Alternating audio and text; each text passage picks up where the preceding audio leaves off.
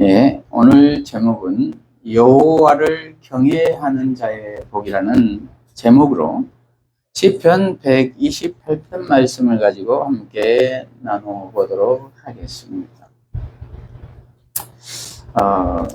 정상적인 복은 무엇일까요?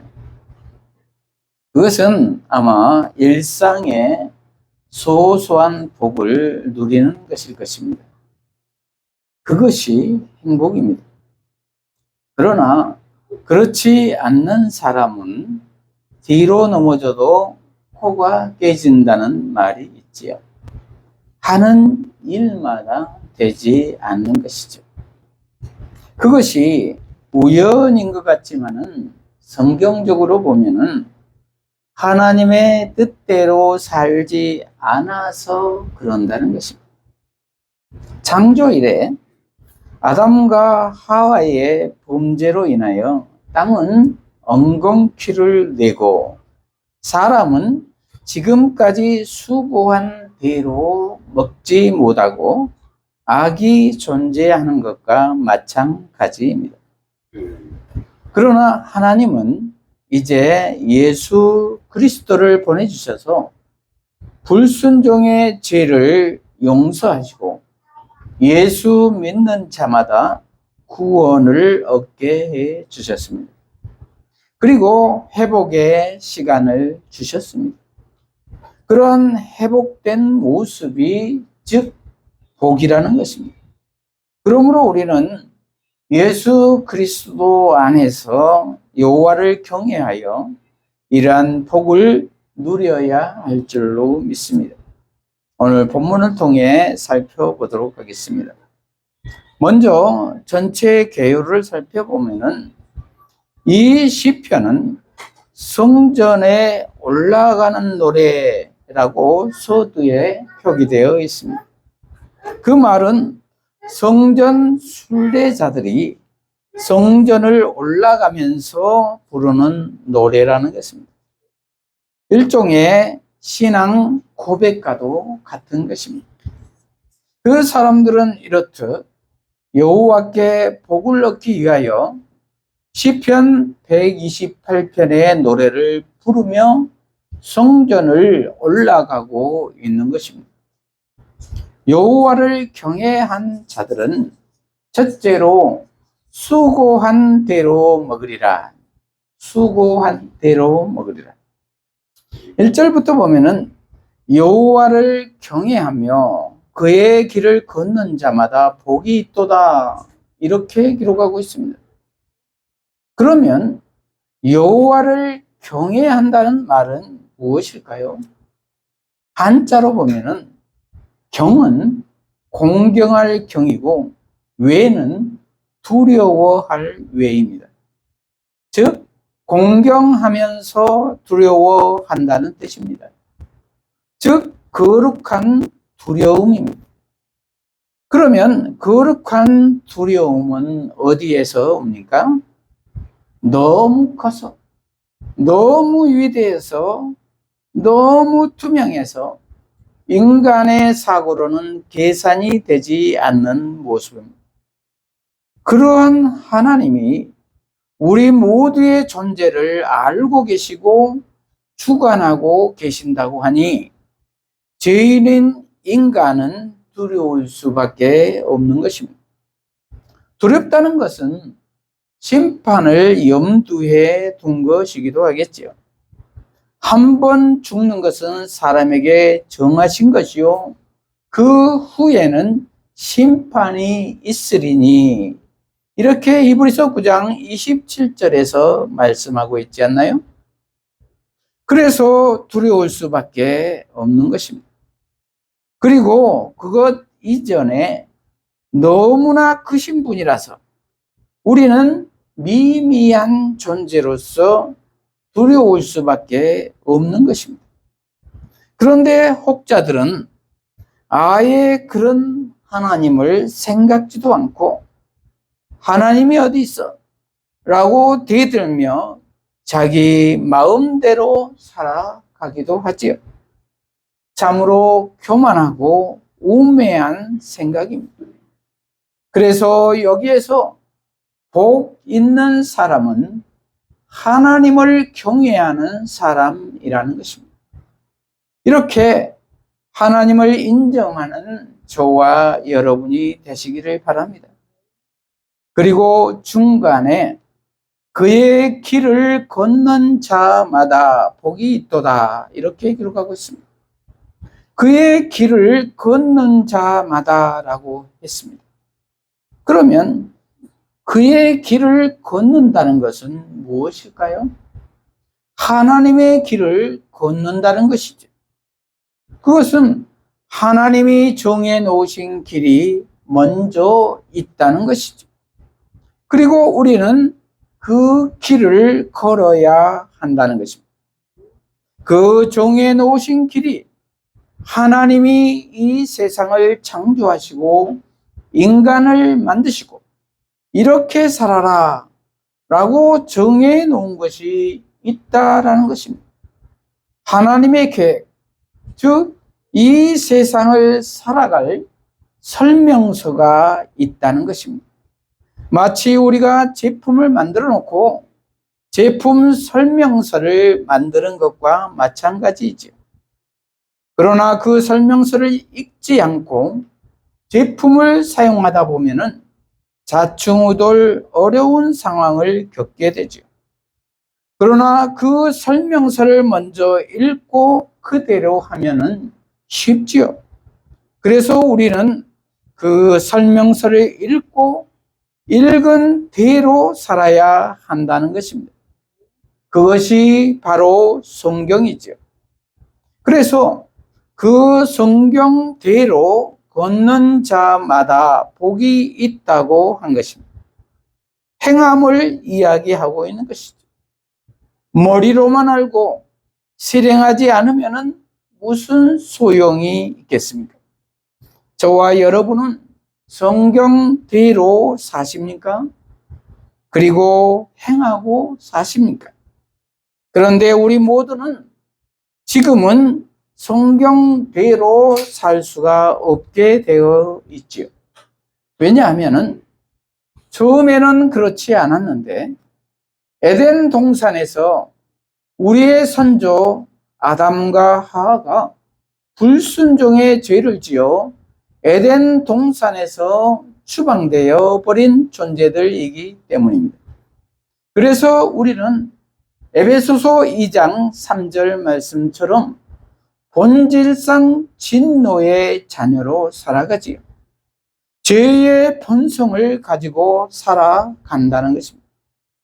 갓 태어난 어린아이가 무슨 죄가 있겠어? 라고 생각하시겠지만 어린아이일수록 죄성이 더 강하지요. 왜냐하면 육신의 소욕의 지배를 받아 지극히 이기적인 모습을 보인다는 것입니다. 나 외에는 다 필요 없다는 것입니다. 나에게 어려움을 주는 것은 다 적이 되는 것입니다. 그리고 아이를 떠나서 어른이 된 우리도 미성숙한 사람을 보면은 지극히 자기밖에 모르고 살아가는 사람들이 많이 있습니다. 그래서 타인에게 피해를 주게 됩니다. 그것은 훈련하지 않아도 저절로 됩니다. 악한 일들은 이렇듯 훈련하지 않아도 저절로 된다는 것입니다. 그런데 선한 일은 저절로 되지 않습니다. 노력이 들어갑니다. 훈련이 들어갑니다. 이러한 것만 보아도 우리는 성경대로 산다는 것이 얼마나 어려운지 알 수 있을 것입니다. 그래서 구약 내내 성경 역사를 보면은 반역의 역사이죠. 예수님이 오시고 난 후에 신약의 역사도 줄곧 반역의 역사이죠. 그래서 예수님이 오신 것입니다. 죄가 없으신 하나님이신 예수님이 오신 것입니다. 그리고 십자가에서 우리 죄를 대신해서 죽어주시고 3일 만에 부활하셨습니다. 그리고 성령을 보내주셔서 우리를 도와주시겠다고 하셨습니다. 그래서 예수와 같이 살게 해 주시겠다는 것입니다. 그 말은 예수의 능력을 주시겠다는 것입니다. 예수를 영접하면, 전 인격적으로 받아들이면 예수의 영이 들어가서 함께 해 주시겠다는 것입니다. 그래서 나는 죽고 예수로 살게 해 주시겠다는 것입니다. 그러면 성경대로 살 수 있다는 것입니다. 하나님이 불가능한 일을 살아가라고 설명서를 주셨겠습니까? 그렇지 않습니다. 다 가능하니까 그렇게 살라고 제품 설명서, 즉 성경을 주신 것입니다. 그러므로 저와 여러분은 오직 예수를 믿음으로 승리하는 삶을 살아야 될 줄로 믿습니다. 그러한 사람이 복이 있다는 것입니다. 그러한 사람에게는 2절, 내가 내 손이 수고한 대로 먹을 것이라. 내가 복되고 형통하리라. 이렇게 기록하고 있습니다. 내가 내 손이 수고한 대로 먹을 것이라. 그러면은 뭐 당연한 얘기 아닌가? 이렇게 생각하는 사람이 있을 수도 있겠지요. 그러나 그렇지 않다는 것입니다. 서두에서 말했지만 뒤로 넘어져도 코가 깨지는 경우가 있다는 것입니다. 우리 인류의 역사가 그렇습니다. 창세기 3장 17절에서 18절을 보면은 하나님이 아담에게 내가 아무리 수고를 하여도 땅이 엉겅퀴를 내게 될 것이라고 말하고 있습니다. 수고한 대로 먹지 못한다는 것입니다. 수고한 대로 먹는 것은 정상대로 되어지는 경우에 그렇게 되지요. 그러나 이 세상은 비정상적이라는 것이죠. 왜냐하면 사탄이 가라지를 뿌려 놓았기 때문입니다. 벼에 가라지를 뿌려 놓으면 어떻게 되죠? 그러면은 그 가라지는 생명력이 벼보다 강해서 그냥 놔두면은 풀이 더 무성해져 버린다는 것입니다. 그래서 열매를 먹을 수 없게 된다는 것입니다. 예쁜 정원도 그렇지 않나요? 그러나 조금만 관심을 갖지 않으면 풀이 무성해져서 사람이 살지 않는 것처럼 폐허가 되어 버리지요. 그렇습니다. 우리가 사는 세상은 성경대로 살지 않으므로 풀이 무성할 대로 무성해져 버렸습니다. 그래서 우리가 관리를 하지 않으면 아주 쓸모없는 땅이 되어 버렸습니다. 땅뿐만이 아니라 우리 자신도 그렇게 되어 버렸습니다. 그러므로 예수로 우리 마음을 채우지 않으면 우리 마음은 금세 세상적이 되어 버린다는 것입니다. 세상이 추구하는 것이 무엇이었지요? 육신의 정욕, 안목의 정욕, 이생의 자랑뿐이라고 요한일서 2장 16절은 말씀하고 있습니다. 그래서 우리는 원하나 우리가 원하지 않는 방향으로 나아가게 된다는 것입니다.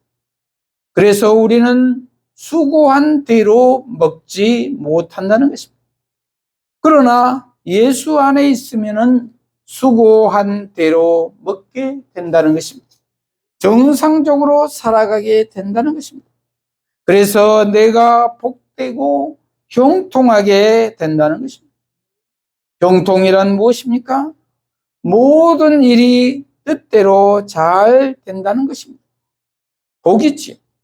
그러므로 저와 여러분은 예수 안에서 여호와를 경외하며 그 길을 걸어서 형통의 삶을 살아야 될 줄로 믿습니다. 둘째로 자손이 번성하게 되리라. 자손이 번성하게 되리라. 3절, 내 집 안방에 있는 내 아내는 결실한 포도나무 같으며 내 식탁에 둘러 앉은 자식들은 어린 감람나무 같으리로다. 이렇게 기록하고 있습니다. 아내를 포도나무에 비유했습니다. 그것도 결실한 포도나무입니다. 정상적으로 열매가 주렁주렁 맺혀 있는 풍족한 모습입니다. 하나님이 함께 하시면은, 말씀대로 살면은 이렇게 된다는 것입니다. 그리고 식탁에 둘러 앉은 자식들은 어린 감람나무 같다고 했습니다. 끊어지지 않는 자손의 번성을 이야기하고 있습니다. 자손이 끊어지면 어떻게 되지요? 그 가족은 대가 끊기겠지요. 그러나 자손이 이어지면 그 가족은 번성해지겠지요. 시간이 지날수록 엄청나게 불어나겠지요. 이것이 생명력입니다. 여호와를 경외하면은 이렇듯 내 안방에 있는 아내는 결실한 포도나무 같고 자식들은 어린 감람나무 같다는 것입니다. 그래서 그 당시 사람들은 포도나무와 감람나무, 즉 올리브나무는 번영뿐 아니라 평화의 상징으로 일컬었습니다. 여호와를 경외하면은 이렇듯 먼저는 가족이 번성하고 평화가 오게 된다는 것입니다. 수고한 대로 먹게 된다는 것입니다. 옛 속담에 가화만사성이라는 말이 있지요. 가정이 먼저 편해야 모든 일이 잘 된다는 것입니다. 그런데 여호와를 경외하면은 하나님이 그렇게 해 주시겠다는 것입니다. 그러므로 저와 여러분은 오직 여호와만 경외해야 할 줄로 믿습니다. 4절, 여호와를 경외하는 자는 이같이 복을 얻으리로다. 이렇게 정리하고 있습니다. 원문 성경, 바른 성경에는 보아라, 여호와를 경외하는 자는 이같이 복을 얻을 것이다. 이렇게 재차 강조하며 마무리하고 있습니다. 보라는 것입니다. 확인해 주고 있습니다. 셋째로, 공동체의 복을 받게 되리라. 공동체의 복을 받게 되리라. 5절, 여호와께서 시온에서 내게 복을 주실지어다. 너는 평생에 예루살렘의 번영을 보며 내 자식의 자식을 볼지어다.